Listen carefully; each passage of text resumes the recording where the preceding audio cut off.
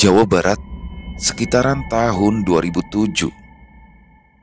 Di tahun ini aku masih berkuliah, dan kala itu ada satu teman dekat perempuan yang bernama Dian. Ya, bisa disebut pacar. Dian tinggal dan kuliah di Bandung juga, tetapi kami berbeda kampus, meskipun satu angkatan. Ayah Dian adalah seorang pejabat tinggi di suatu bank daerah, keluarga yang cukup kaya. Sebagai pejabat tinggi, Ayah Dian pun selalu berpindah-pindah tempat kerja dan tentu saja rumah dinasnya pun ikut pindah. Nah, pada saat itu beliau baru saja mendapatkan tugas baru untuk memimpin salah satu kantor cabang dari bank itu, cabang kota Majalengka.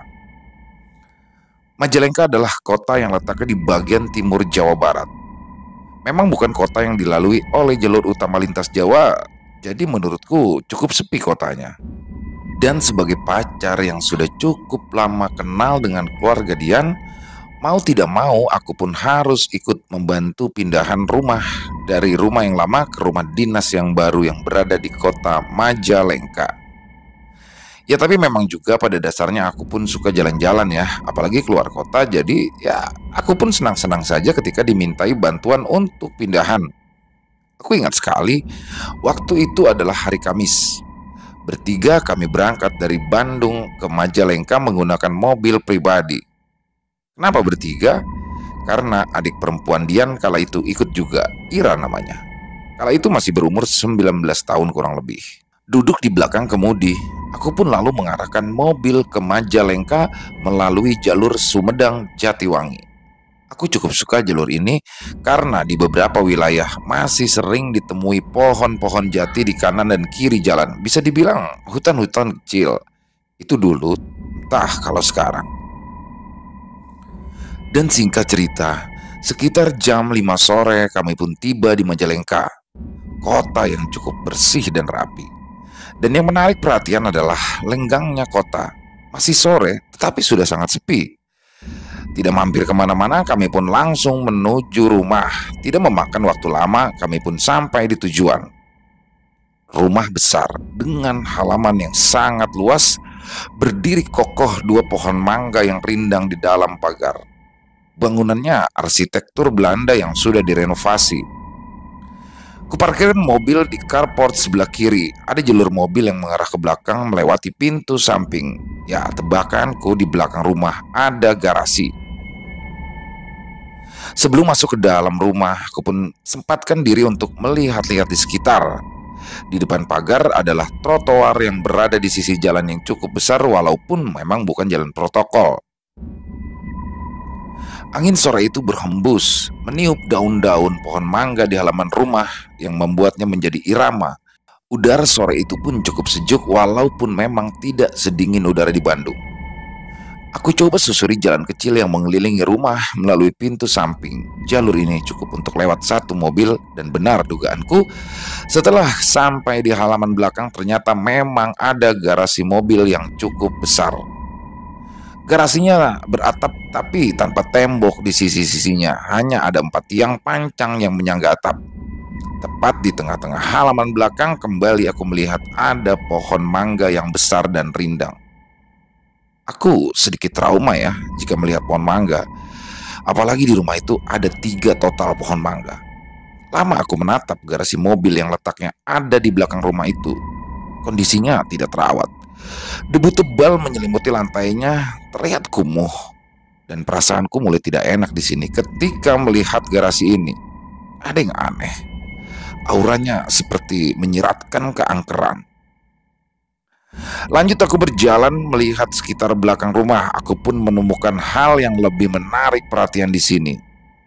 Di paling pojok belakang ada kamar mandi. Dan kebetulan saat itu aku sudah kebelet pipis ya, aku pun masuk ke kamar mandi itu. Kamar mandi ini terlihat jarang dipakai. Daun kering pun bertebaran di lantainya. Kamar mandi besar dengan desain model zaman dulu, batu-batu alam yang menempel pada dinding, bak mandi besar dengan kloset jongkok. Sore itu sudah mulai gelap. Cahaya kamar mandi hanya bersumber dari lampu bohlam 5 watt redup. Dan setelah selesai, aku pun melangkahkan kaki keluar kamar mandi. Keanehan melihat rumah ini bertambah. Setelah aku melihat di sebelah kamar mandi belakang, ternyata ada sebuah sumur yang cukup tua. Hanya ada sumur saja. Tidak ada tali dan ember yang biasa digunakan untuk mengambil air dari dasar sumur. Lubang sumur ditutup oleh papan yang cukup tebal dan lebar. Dan karena penasaran apakah masih ada air atau tidak pada dasar sumur, aku pun coba memindahkan papan penutup dengan sedikit menggeser. Akhirnya aku pun bisa melihat ke dalam sumur. Nyamuk dan beberapa binatang kecil lainnya langsung berhamburan keluar. Cukup lama kala itu aku melihat ke dalam sumur. Hingga hari pun sudah agak gelap menjelang malam, jadi agak susah ya untuk melihat ke dasar sumur kala itu. Dan ketika aku sedang konsen melihat ke dasar sumur, tiba-tiba hush, ada angin kencang yang berhembus dari dalam sumur menerpa wajahku. Refleks, kaget aku pun langsung mundur menjauh dari sumur. Apa itu barusan? Masa iya ada angin keluar dari dalam sumur? Pertanyaan itu menyeruak dalam hatiku. Dan setelah mulai agak tenang, aku pun langsung kembali mendekat ke arah sumur dan menutup lubangnya dengan papan seperti semula, dan aku pun langsung masuk ke dalam rumah lewat pintu belakang. Kenapa mukanya begitu? Kayak baru ngeliat hantu, tanya Dian melihatku yang masih agak terbengong-bengong. Ah, gak ada apa-apa, jawabku. Aku pun langsung berbahasa-basi dengan orang tua Dian kala itu. Barang-barang dan perabotan milik keluarga Dian pun sudah sampai sehari sebelumnya, sudah diletakkan di tempatnya masing-masing dan kami kini tinggal merapikannya saja. Setelah berada di dalam, barulah terlihat jika rumah itu adalah benar-benar rumah yang besar. Arsitektur zaman dulu, langit-langit yang tinggi dengan tembok tebal. Di dalamnya ada 2 toilet, satu di kamar utama dan satu lagi di sebelah dapur. Satu toilet di belakang rumah yang sebelah sumur tadi, kalau tidak terpaksa banget ya gak akanlah ke toilet itu.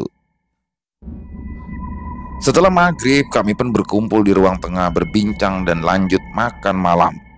Dari awal aku memang merencanakan untuk menginap dan pulang kembali ke Bandung di esok paginya. Aku pun diberikan kamar yang paling depan.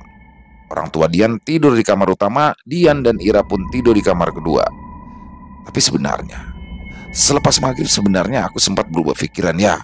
Aku seperti mau pulang ke Bandung saja malam itu karena perasaanku sudah mulai tidak enak sejak kejadian di sumur sore tadi.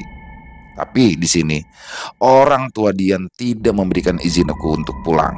Ya sudah, akhirnya aku pun menurut. Ya aku pikir hanya semalam ini dan semoga saja tidak terjadi apa-apa. Akhirnya malam pun menjelang, sekitar jam 10 malam kami pun masuk ke dalam kamar masing-masing. Aku pun memiliki kebiasaan aneh ya. Kalau tidur, ya jika tidur harus ada TV yang dalam keadaan menyala. Aku tidak akan pernah bisa tidur jika TV dalam kondisi mati. Dan sialnya, di kamar itu hanya ada tempat tidur dan meja, tidak ada TV. Sepertinya malam ini akan panjang, gumamku dalam hati. Akhirnya jam-jam awal di kamar aku habiskan dengan bengong. Karena memang aku tidak bisa untuk memainkan handphone karena jaringan di sana sangat buruk. Aku benar-benar tidak bisa tidur. Guling sana, guling sini gak jelas, tetap saja ngantuk pun tak datang. Dan tanpa terasa kala itu jam sudah menunjukkan pukul 12 tengah malam. Dan tetap aku pun belum bisa tidur. Gelisah, perasaanku makin tidak enak. Kamarku ini letaknya paling dekat dengan jalan raya di depan rumah, tapi malam itu jalanan terdengar sangat sepi. Hanya terdengar sesekali motor yang melintas. 99% perasaan aku tidak pernah salah. Ya, ada yang aneh dengan rumah ini. Maka dari itu aku pun memutuskan untuk tidur dengan pakaian yang lengkap. Kunci mobil dan dompet pun sudah berada di dalam saku celana, persiapan jika memang ada apa-apa. Aku pun tinggal kabur untuk melarikan diri. Dan benar seperti yang aku duga, makin tidak karuan perasaan ketika sayup-sayup aku seperti mendengar suara bayi yang sedang tertawa kecil. Ya, bayi. Dan tidak ada bayi di rumah itu sejak aku datang. Suara itu terdengar dari arah ruang tamu yang letaknya persis di depan kamar. Aku pun langsung duduk di pinggir tempat tidur, mencoba menajamkan pendengaran. Apakah benar itu suara bayi? Ya, ternyata benar, itu adalah suara tawa bayi. Dan suaranya semakin lama semakin jelas. Aku tak berani membuka pintu untuk memastikan. Aku pun memilih untuk diam di dalam kamar dan mencoba tak menghiraukan. Tapi tetap saja, aku ketakutan. Di titik ini, teror baru saja dimulai. Tapi lama-kelamaan suara tawa bayi itu pun menghilang. Aku pun agak sedikit lega, tapi tetap belum bisa tidur. Dan sesuatu yang paling tidak diharapkan akhirnya terjadi. Saat itu, aku kebelet pipis. Dan tidak akan bisa jika harus menahan pipis sampai pagi hari. Akhirnya aku pun memutuskan untuk nekat keluar kamar dan pergi ke toilet. Kubuka pintu kamar perlahan, karena memang aku masih was-was dengan suara bayi yang berasal dari ruang tamu tadi. Alhamdulillah, ternyata tidak ada apa-apa. Ruang tamu dalam keadaan gelap. Aku pun lanjut berjalan ke arah toilet. Aku memilih toilet yang berada di bagian belakang rumah yang bersebelahan dengan dapur. Dan sesampainya di depan pintu toilet, aku tidak bisa membuka pintunya. Ya, seperti terkunci dari dalam. Mungkin ada orang di dalam, pikirku dalam hati. Dan sudah benar-benar gak tahan, aku pun berniat untuk pipis di toilet yang berada di halaman belakang, yang letaknya di sebelah sumur tua itu. Ya, kamar mandi yang berada di dekat sumur tua dan garasi tak terawat di halaman belakang rumah. Sebenarnya aku sangat takut. Ketika pintu belakang terbuka, pandanganku langsung tertuju pada garasi kosong yang berada di belakang. Pada detik itu aku tidak melihat apa-apa, tapi indraku yang lain bilang jika di situ ramai. Aku pun berjalan di selasar belakang melewati kamar pembantu yang masih kosong dan gelap. Dan pada saat melewati sumur, aku melihat ada sesuatu yang aneh di sumur itu.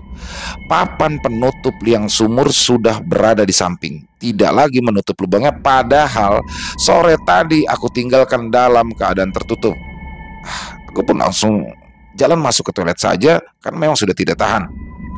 Dan setelah bengong sebentar, aku pun langsung keluar dari toilet. Dan ketika pintu toilet terbuka, pandanganku pun langsung menghadap garasi kosong dan gelap itu. Ya, pandanganku langsung menghadap tepat ke tempat itu yang ternyata ada sesuatu.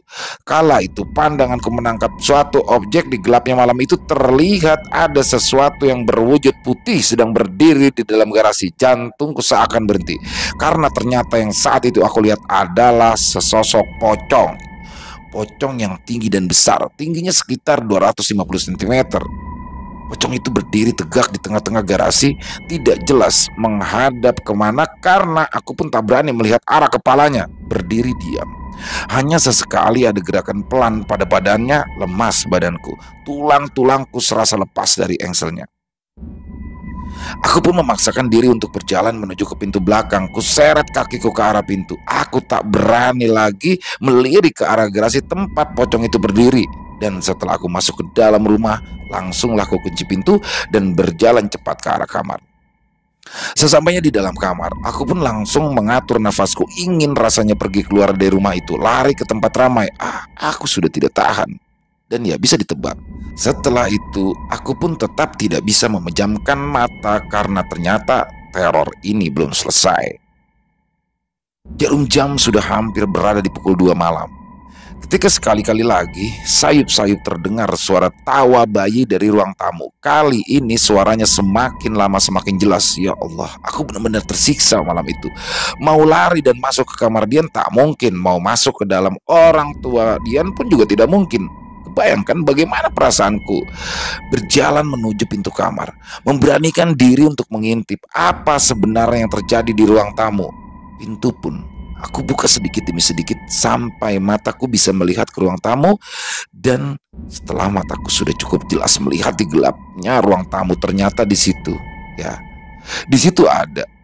Ternyata di sofa ruang tamu ada seorang wanita berambut panjang yang sedang duduk dengan bayi kecil di pangkuannya. Wanita ini berpakaian daster panjang berwarna gelap. Sekali lagi, jantungku seperti berhenti berdetak, lemas.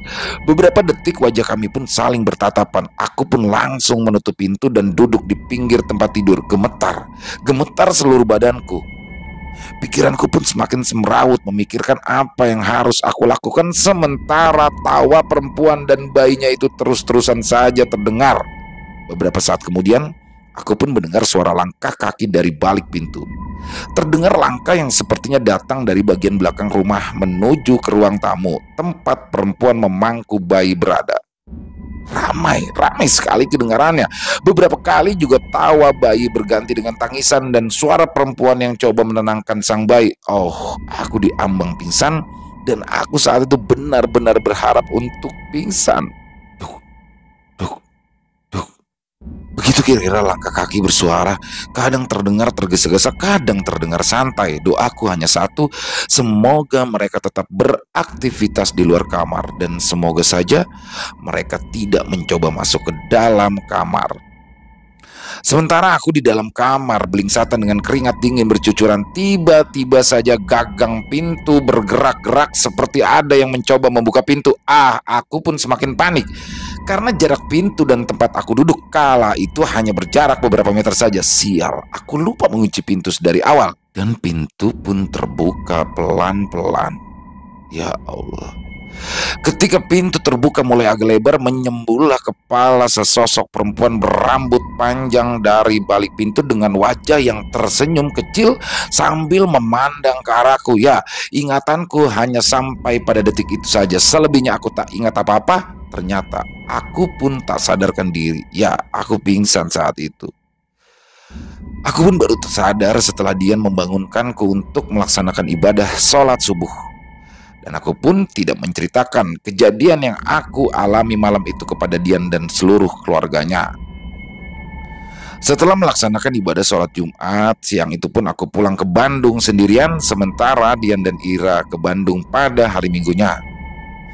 Dan belakangan ini yang aku ketahui ternyata ayah Dian hanya bertahan 1 bulan saja di rumah itu. Beliau minta pindah dan dicarikan rumah dinas di tempat lain. Setelah mendapatkan kabar itu barulah aku berani bercerita tentang kejadian yang aku alami di malam pertama ketika mereka tiba di rumah dinas. Dan ternyata orang tua Dian juga mengalami hal yang sama, diteror oleh penghuni rumah dinas itu. Selesai.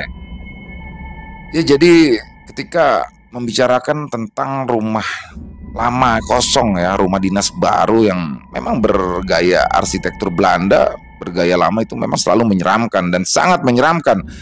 Apalagi teror ini didapat ketika malam Jumat. Jadi kan dia berangkat Kamis, berarti itu malam Jumat ya, dan sendirian pula di kamar di rumah baru, rumah orang sendirian, mau teriak bingung. Jadi cukup dapat sekali horornya dan semoga saja semua teman-teman bisa terhibur. Ada satu hikmah ya, ada satu hikmah di sini yang bisa kita ambil. Salah satunya menurut pandangan saya pribadi adalah ngapain sih pakai buka-buka sumur tua di rumah orang? Kita kan nggak tahu ya apa yang terjadi. Bisa jadi ya memang sengaja. Intinya nggak usah melakukan hal-hal yang aneh ya jika kita datang ke suatu tempat yang baru. Jadi mungkin itu hikmah yang bisa kita ambil, dan mungkin masih ada hikmah lain bisa kita ambil, dan kalau memang tidak ada ya silakan saja dibuang yang buruk-buruknya, karena kisah ini hanya untuk menghibur teman-teman semua. Oke, buat yang punya komentar lain silakan bisa tulis di kolom komentar. Buat yang suka dengan video yang bisa diklik tombol like. Buat yang belum subscribe, yuk diklik tombol merah subscribe-nya. Jangan lupa dinyalakan lonceng notifikasinya agar teman-teman selalu mendapatkan notifikasi dari konten-konten yang akan kami upload selanjutnya. Di akhir kata saya Ilo mengucapkan permohonan maaf apabila ada kata-kata saya yang salah dalam pembawaan kisahnya tadi. Dan sampai jumpa lagi di konten-konten kami selanjutnya. Masih bersama saya Ilo di channel Ilo Bercerita. Salam sehat, sukses selalu untuk kita semua. Amin, amin ya robbal alamin.